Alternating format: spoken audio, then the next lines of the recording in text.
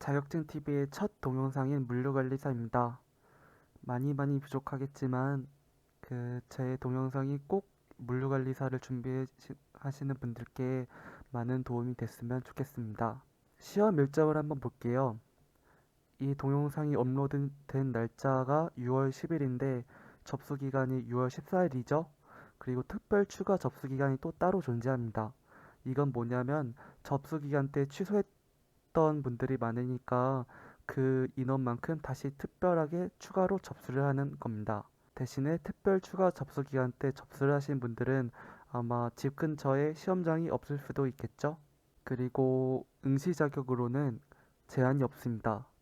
보통 기능사는 고졸, 산업기사는 전문대졸, 그리고 기사는 4년제졸 이런 식으로 전형이 있는데 물류관리사는 응시 자격이 없으세요. 그래서 고졸분들도 충분히 시험에 붙을 수 있습니다. 네, 그리고 시험 과목 및 배점인데 시험 과목은 이런 식으로 되어 있고요. 제가 좀 이따 더 상세하게 소개를 시켜드릴게요. 여기서 말씀드릴 거는 시험 방법은 객관식 오지 선택형이라는 것이고 칠기가 따로 없다는 것입니다. 그리고 시험 시간을 잘 보시면 9시 반부터 11시 반까지 하죠. 그리고 30분 쉬었다가 바로 12시부터 1시 20분까지 시험을 칩니다. 그래서 물류관리사는 점심시간이 없어요. 이 30분 되는 시간 동안 화장실에 가셔야 될 거고 다음 시간 그 보관하용론이랑 물류 관련 법규 책을 또 보셔야 될 거거든요. 그러니까 점심은 시험을 끝나고 드시는 게 좋습니다. 그리고 합격 기준은 간단하게 모든 과목이 40점 이상이 되셔야 되고 전 과목 평균 60점 이상 득점을 하시면 됩니다. 네, 최근 5개년 통계 자료입니다.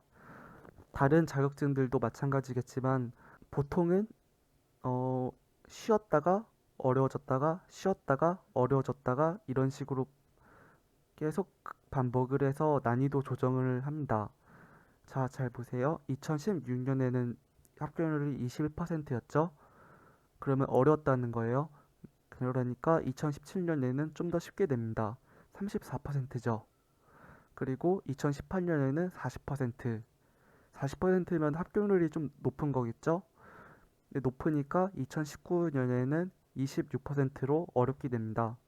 그러니까 또 어렵게 됐으니까 2020년에는 40%또 쉽게 출제가 됐죠. 그러니까 2021년도에는 합격률이 아마 25%에서 30% 정도로 조금 어렵게 내지 않을까 이렇게 저는 추측을 하고 있습니다. 자, 이번에는 공부 방법에 대해서 설명을 드릴게요. 공부 방법은 독학이 있고 인강이 있고 학원 수업이 있을 겁니다. 근데 물류관리사는 제가 알기로는 학원에서 따로 수업을 하지 않는 걸로 알고 있어요. 게다가 코로나 때문에 실강보다는 아마 인강이나 혼자 집에서 독학을 하시는 거를 추천을 드립니다. 그리고 물류관리사를 만약 물류 쪽을 좀 공부를 해보셨다 이런 분들은 독학을 하셔도 될 텐데 나는 물류 쪽을 공부를 하지 않았고 좀 생소하다 싶으신 분들은 그냥 인강을 들으시는 게 나으실 거세요. 왜 그러냐면은 물류관리사는 일단 기본서가 좀 두꺼워요. 이게 뭐 과목이 많은 탓도 있지만 뒤에 법규라는 과목이 굉장히 어려워서 좀 책을 펼쳤을 때 첫 장부터 좀 답답함을 느끼실 수가 있거든요. 근데 인강 강사분들이 대부분 다 요약을 잘 해서 설명을 해주실 테니까 자기한테 맞는 인강을 선택을 하셔서 공부를 하시는 걸 추천드립니다. 근데 본인은 인강이 너무 비싸다. 나는 독학으로 해서 딸 거야. 이러시는 분들은 꼭 서점에 가셔서 책 하나하나 다 보시면서 어떤 책이 나한테 맞을까 이렇게 고민을 하시는 걸 추천해 드립니다. 그리고 이렇게 사진에 나와 있는 뭐 벼락치기 핵심 요약집 이런 건 절대 사지 마세요. 이거는 공부를 어느 정도 한 사람들만 이걸 요약집으로 보는 거고요. 그냥 기본서를 구매를 하시고 기출 문제집을 또 따로 구매를 하실 거를 추천해 드립니다. 왜 기출 문제집을 따로 사야 되냐면은 일단 물류관리사라는 자격증은 1년에 한 번밖에 없어요. 그래서 막 5개년을 공부를 하든 7개년을 공부를 하든 그게 5회분, 7회분밖에 안 됩니다. 그래서 기출문제집을 풀 때 그냥 정답만 보는 게 아니라 이게 왜 정답이고 이게 왜 오답인가라는 해설이 정확하게 들어가 있는 책을 보시고 공부를 하시는 게 되게 중요하세요. 그리고 마지막 과목인 물류 관련 법규는 매년 법이 바뀌고 있기 때문에 기출문제집을 구매를 하셔서 해설을 꼭 보시는 게 낫습니다. 자, 과목 소개를 해드릴게요. 첫 번째 과목 물류관리론은 물류관리론, 물류관리사. 이름에서부터 벌써 물류관리사의 뼈대가 되는 과목입니다. 쉽다면 쉬워요. 그리고 정말 기초적인 내용만 나옵니다. 특히 물류뿐만 아니라 마케팅 쪽도 많이 나와서 뭐 스왓 이론 이런 것도 나오고요. 꼭 고득점을 얻으셔야 되고 어차피 공부를 하시다 보면은 저절로 한 80점 정도는 나올 수밖에 없는 과목입니다. 그래서 물류관리사를 공부하실 때 꼭 먼저 물류관리론부터 공부를 하시는 것을 추천을 드립니다. 그리고 인강 커리큘럼도 아마 물류관리론부터 공부를 하게끔 되어 있을 거예요. 두 번째 과목인 화물수송론입니다. 앞으로 제가 몇 번째 과목이라고 말씀드린 거는 물류관리사의 교시에 따른 순서로 설명을 드리는 거예요. 이게 인강 커리큘럼이나 기본서 커리큘럼에서 이제부터는 약간 뒤죽박죽일 가능성도 있습니다. 예를 들어서 저는 화물 수송론을 이때 말씀을 드리는데 다른 데서는 보관 하용론을 지금 설명을 할 수가 있어요. 근데 저는 시험 기준으로 설명을 드리겠습니다. 이름에서 벌써 보이시죠? 화물 수송. 화물을 어떻게 수송을 해야 되나? 이 문제를 보시면은 뭐 수요지, 공급지 이런 식으로 있죠. 그리고 공동 수배송 이런 것도 있죠. 즉 어떻게 하면은 수송을 할 수 있을까 그런 개념으로 접근을 하시는 건데 이것도 제가 좀 두루뭉실하게 말씀드렸는데 사실 되게 쉬워요. 이렇게 공부만 하면은 물류관리사가 되게 쉽게 느껴지실 겁니다. 여기서 막히실 일도 전혀 없어요. 문제 수준은 딱 이 정도로 나옵니다. 자, 세 번째 과목인 국제물류론인데요. 아마 여기서부터 좀 어려움을 느끼실 거예요. 왜 그러냐면은 국제물류론은 이제 국제법을 공부를 하시는 건데 막 영어도 나오고 세계 지리도 약간 외워주고 그래야 되거든요. 자, 문제 보세요. 막 영어가 이제 섞이기 시작하죠. 뭐 무슨 뭐 조약도 나오죠. 그리고 무슨 뭐 영어 막 부산항에서 미국 내륙 시카고 이런 것도 나오잖아요. 근데 전혀 쫄 필요가 없어요. 처음 보니까 이렇게 어려워 보이는 거지. 이런 건 영어 문제가 아니라 그냥 단어 문제입니다. 왜 그러냐면은 국제 물류로는 이제 국제법상으로 야 우리가 이렇게 약속을 해서 다 같이 규칙을 정해서 이렇게 무역을 하자. 근데 세계에서 가장 많이 쓰는 언어는 영어니까 영어로 이렇게 하자 해서 이렇게 영어를 쓰는 겁니다.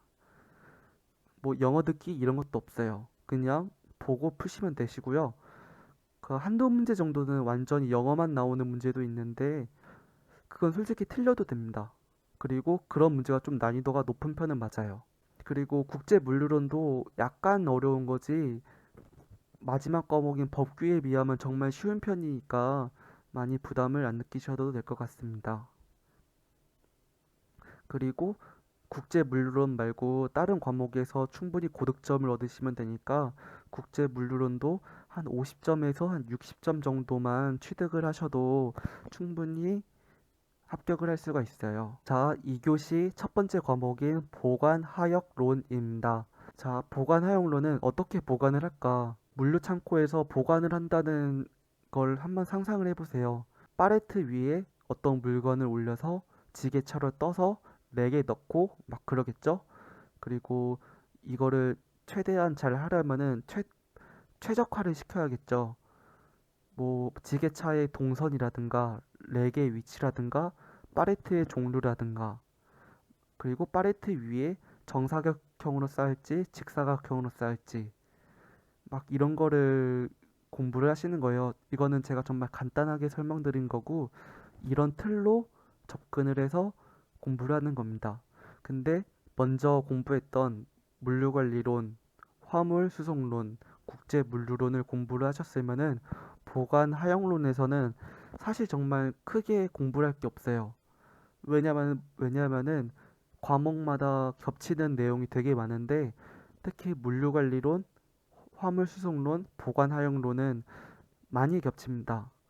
사실 국제물류론도 어느 정도 겹치긴 하는데 이렇게 순서대로 공부하셨다는 전제하에 보관하역론을 공부를 하실 때쯤이면 한, 한 40% 정도만 공부를 하셔도 이미 다른 과목에서 공부를 다 마쳤기 때문에 크게 공부를 할 게 더 없습니다. 그리고 시험장에서도 보관하역론은 정말 쉽게 푸실 수 있으실 거세요. 이게 좀 난이도가 어려운 과목도 아니고 법규가 너무 어렵기 때문에 좀 쉽게 내는 경향이 있어서 막 문제 보고 바로 풀 수 있는 문제 그런 문제가 많이 나옵니다. 저는 개인적으로 물류관리론보다 이런 보관활용론 과목이 더 쉬웠어요. 네, 마지막 과목인 물류 관련 법규입니다. 앞에서 공부했던 네 가지 과목을 공부하는 양보다 이 물류 관련 법규를 공부해야 되는 양이 더 많아요. 그리고 난이도도 더 어렵습니다.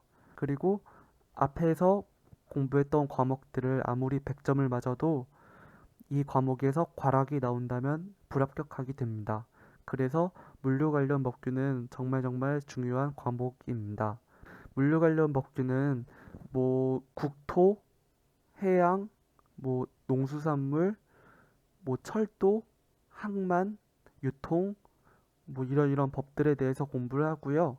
제가 자세하게 설명을 드리면은 한 시간으로도 부족해서 이렇게 다른 과목들처럼 문제를 이렇게 보여드리는 식으로 설명을 드릴게요.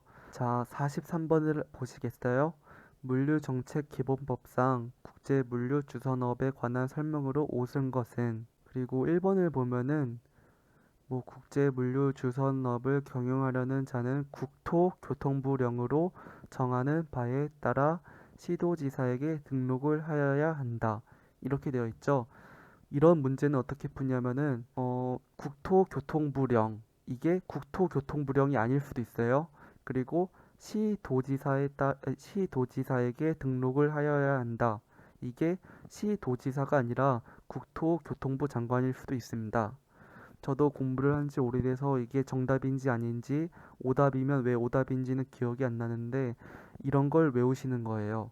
그리고 두 번째 보기에 등록을 하려는 자는 2억 원 이상의 자본, 아닌 경우에는 4억 원 이상의 자산 평가액을 보유하여야 한다. 이렇게 되어 있죠. 근데 이게 오답이라면은 원래 정답은 뭐 등록을 하려는 자는 3억 원, 아닌 경우에는 5억 원, 이래서 오답일 수도 있습니다. 그래서 막 이런 거를 외우시는 건데 아마 법을 공부를 하셨던 분들은 좀 간단하게 접근을 할 수가 있을 거예요. 근데 이런 법에 대한 문제를 처음 공부를 하시는 분들은 되게 어렵게 느껴질 수도 있습니다. 저도 되게 어려웠어요. 그런데 법규는 과락을 하면은 결국 불합격이니까 꼭 기초부터 탄탄하게 공부를 하셔야 됩니다. 물류 관련 법규에서 맨 마지막 과목 아니 그 순서인 농수산물 유통법이란 게 있는데 그거는 포기를 하세요. 이거는 아마 인간 강사분들도 마찬가지로 이쯤까지 왔으면은 이미 어느 정도 공부를 했고 당신은 분명히 시간이 없을 거니까 그냥 포기를 하시는 게 더 나을 수도 있다. 이렇게 설명을 하기도 할 겁니다. 저는 인강을 들었었는데 인강 강사분께서 솔직히 이것까지 외우면 더 머릿속이 어지러워지고 농수산물 유통법은 한두 문제밖에 안 나오니까 그냥 찍고 다른 거를 공부를 해서 다른 거를 더 맞추는 게 더 합격하기 쉬울 거다라고 설명을 해주셨습니다. 그리고 저도 농수산물 유통법을 공부를 안 했어요. 그러니까 법규를 공부할 때는 농수산물 유통법을 꼭 포기를 하시기 바랍니다. 아, 나는 물류 관련 법규가 어려우니까 이것까지 공부를 할 거야 하는 분들도 그냥 포기를 하세요. 그게 훨씬 더 고득점 나오기 쉽습니다. 자, 이제 마지막으로 정리를 해드릴게요. 물류관리사 2021년 시험이 얼마 안 남았죠. 저도 아마 이때쯤에 공부를 했었던 걸로 기억을 해요. 물류관리사 시험 시험이 한 한 달 정도 남았을 때 제가 시험 접수를 하고 공부를 시작을 했는데 인강을 한 100개 정도, 100강 정도 들어야 되죠. 근데 그 100강이 막상 한 강당 60분이 아니라 막 20분짜리인 것도 있고 막 15분, 막 10분 이런 것도 있더라고요. 그래서 막 인강 개수에 너무 쫄지 마시고 막상 인강을 클릭하시면은 막 30분 미만인 강의도 되게 많으니까 강의 강의가 많다고 아 나는 이거 내년에 쳐야 될 것 같은데 이러지 마시고요. 충분히 지금도 도전을 하셔서 붙을 수 있습니다. 그리고 물류관리사는 1년에 한 번밖에 없기 때문에 올해 놓치면은 1년을 또 기다리셔야 되세요. 그러니까 그냥 한번 시험에 접수를 해보셔서 떨어지면 떨어지는 대로 공부를 하시는 거니까 꼭 시험에 응시를 하셨으면 좋겠습니다.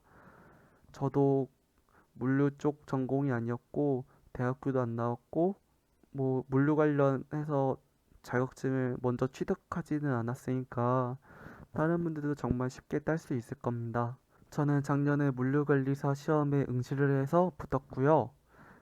물류 관련 법규는 딱 40점이 나왔습니다. 그 정도로 물류 관련 법규가 좀 어려워요. 아마 이거는 물류관리사 관련된 커뮤니티 사이트나 뭐 시험 관련 이야기를 하실 때 보실 수 있을 텐데 결국 법규에서 40점을 넘기느냐 마느냐 싸움이니까 시험 마지막 준비를 하실 때 꼭 물류 관련 법규 위주로 정리를 하셔서 시험에 합격을 하시길 바라겠습니다. 아, 네, 정말 좀 처음이라서 많이 떨리고 말도 잘 안 나오는데 여기까지 보신 분들께 되게 감사드리고요. 지금 정말 안 늦었으니까 꼭 공부하셔서 꼭 붙으셨으면 좋겠습니다. 네, 다른 자격증 이야기로 다시 찾아뵐게요. 꼭 구독이랑 좋아요 눌러주시고 댓글도 남겨주시면은 제가 아는 선에서 다 답변을 드릴게요. 네, 감사합니다.